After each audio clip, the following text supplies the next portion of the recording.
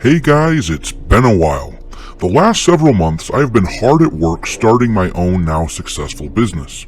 Originally, I intended to only take a few weeks off from the channel, but being a business owner is busy work, and a few weeks turned into a few months. But I have to admit there was something else going on that prevented me from making the effort to produce new content. Namely, the past few years, being a Star Wars fan has been a bit like bad constipation. As a fan, you keep hoping and waiting for something good to come out. You keep waiting for satisfaction, but it never occurs. Last year, the Obi-Wan Kenobi series was so bad it broke my heart and I became numb to the franchise. I don't care. This is a pretty rotten situation for Disney. They've taken a hardcore fan like me, someone who was so amped about Star Wars coming back 8 years ago that I watched The Force Awakens 5 times in theaters. But these days, when they make something like Obi-Wan Kenobi, I don't get mad anymore, I don't get excited, I just don't care. IDGARA. I don't give a rat's ass. At least when people get mad about Star Wars, they talk about the franchise. After all, remember the old saying, there's no such thing as bad publicity. But I'm no longer surprised by anything they do. I usually, these days, just shake my head sadly and think about something else. And so, as the needs of my business grew, along with my apathy for Star Wars, I just kept putting off working on this channel. But my exile is over. Well, it's about time! You may be wondering what finally pulled me back in. Well, there's only one thing that I even remotely care about when it comes to Star Wars, and that is the Mandoverse. I'm interested in Mandalorian Season 3, and the upcoming Ahsoka series, but only because I'm still holding out the slightest hope that Lucasfilm will write the sequel trilogy out of existence. Erased from existence. There never was much hope. Just a fool's hope. In this video, we are going to watch the trailer together and discuss it at length. And then, we are going to talk about last year's worst Star Wars show, which is saying a lot, The Book of Boba Fett. We're going to talk about how that show damaged the momentum created by the end of Mandalorian Season 2 and damaged the Mandoverse in general. You spoiled everything! And then we're going to finish the video by taking a look at the newly circulating rumors that Kathleen Kennedy's time ruling over Lucasfilm is coming to a close, and what that means to my eternal hope that the abominable sequel trilogy will be removed from canon. At an end, your rule is, and not short enough it was. So, strap yourself in and prepare for the return of your favorite space pirate. I thought you were dead. Not hardly.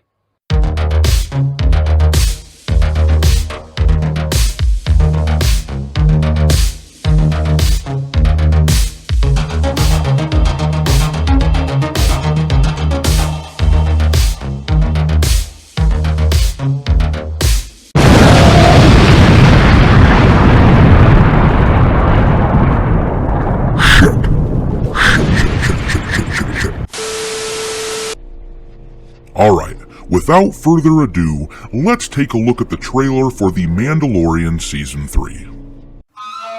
Our people are scattered, like stars in the galaxy. What are we? What do we stand for? All those different colors of Mandalorian armor don't make them look cool. They look like the Power Rangers or something. It looks really stupid. This is like the space Vespas in Book of Boba Fett all over again. And, I don't know, these first few seconds would have had much more impact if we knew Din wasn't just a Grogu babysitter once more.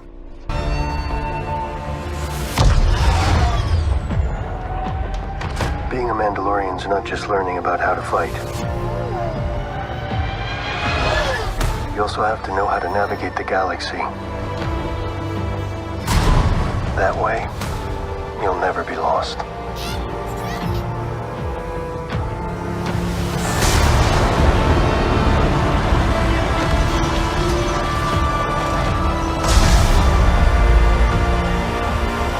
I'm going to Mandalore so that I may be forgiven for my transgressions. May the Force be with you! This is the way. So far, there's nothing egregiously bad in the trailer, but nothing exciting either. This is basically the direction I assumed the show would go the moment Luke appeared and took Grogu to train at the end of Season 2. Though of course I didn't expect Grogu to be tagging along again in order to hawk more merchandise. There's something dangerous happening out there. And by the time it becomes big enough for you to act, it'll be too late.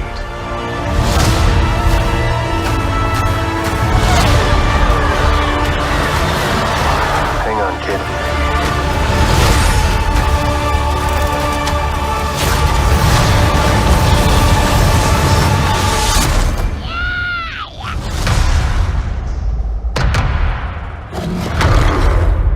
This is the way.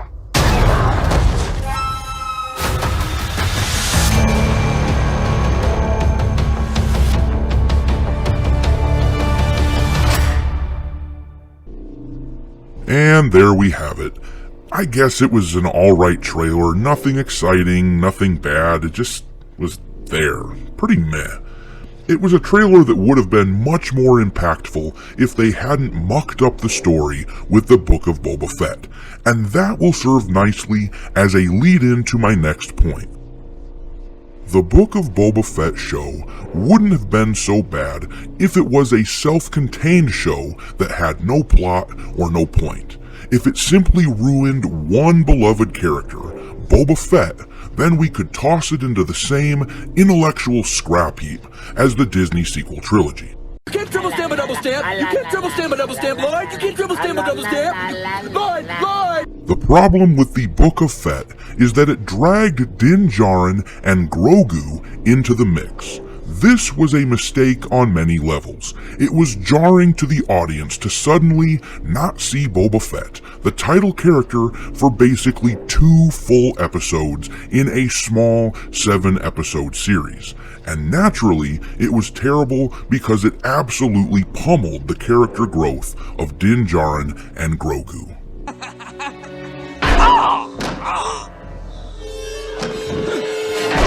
And that's the reason I simply cannot get excited about this new trailer. The Book of Boba Fett ruined The Mandalorian's progression and momentum.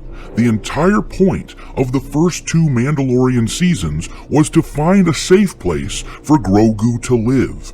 Din Djarin basically spent the entire 2nd season looking for such a place.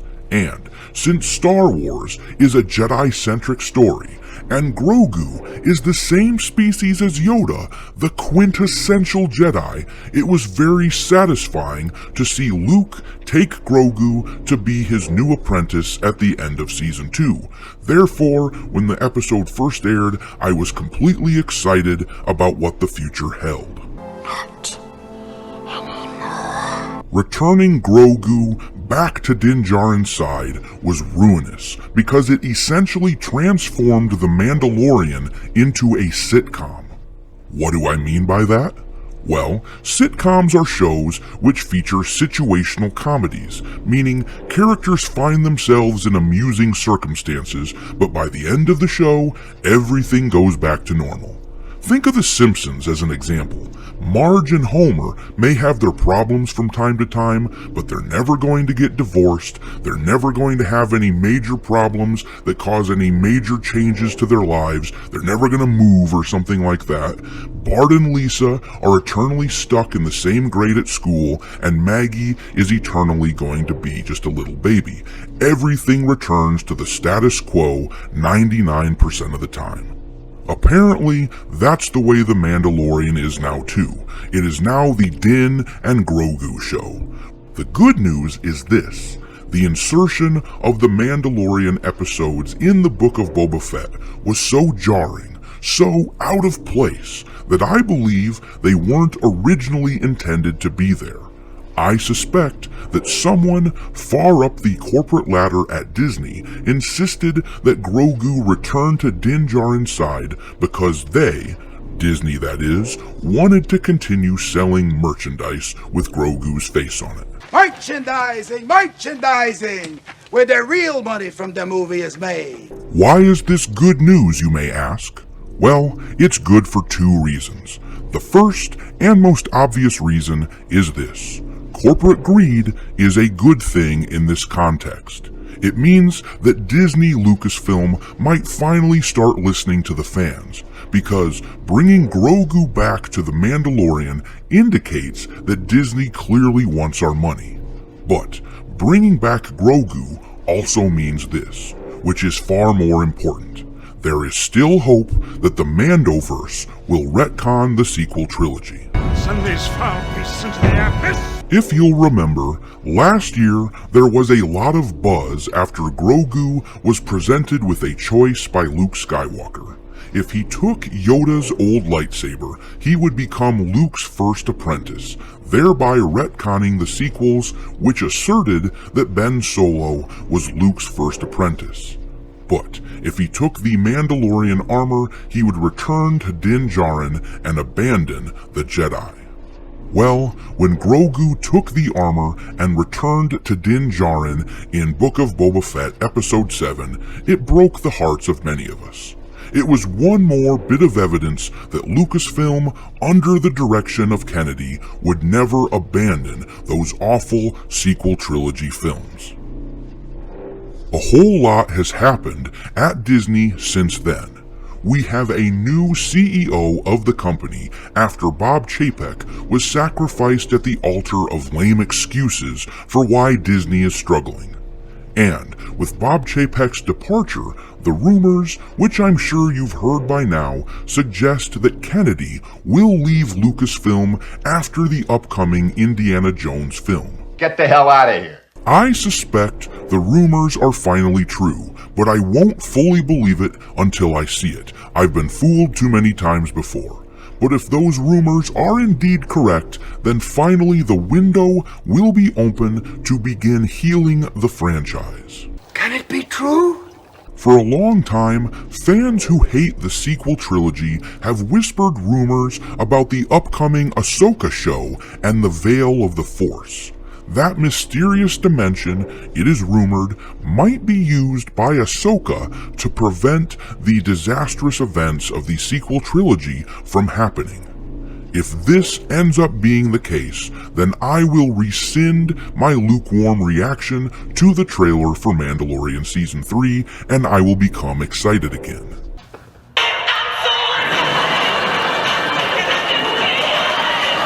You see, for me, Star Wars has become very meta.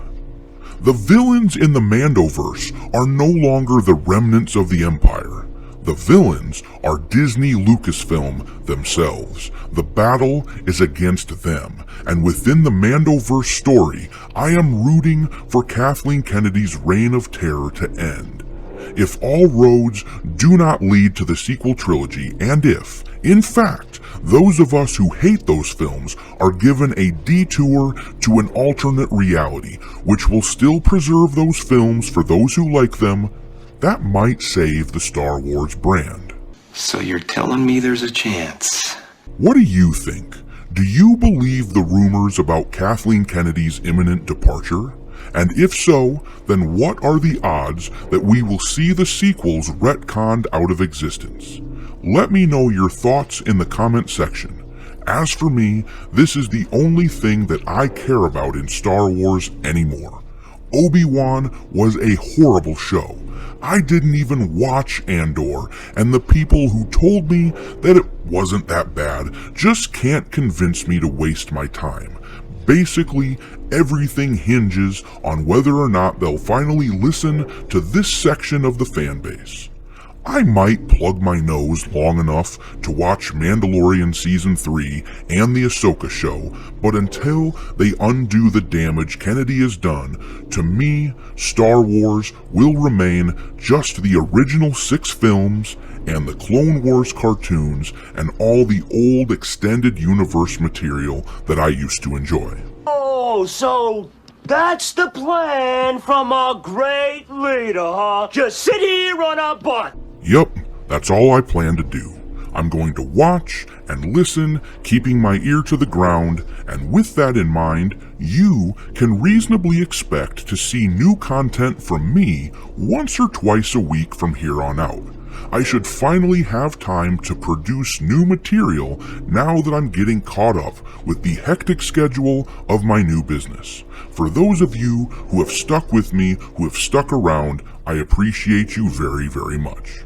This concludes our broadcast day. Click. Thanks for watching, me hearties. If you haven't already, your captain is inviting you to subscribe to the channel and become a part of the crew. Life as a space pirate may not be glamorous, but there's always plenty of booty.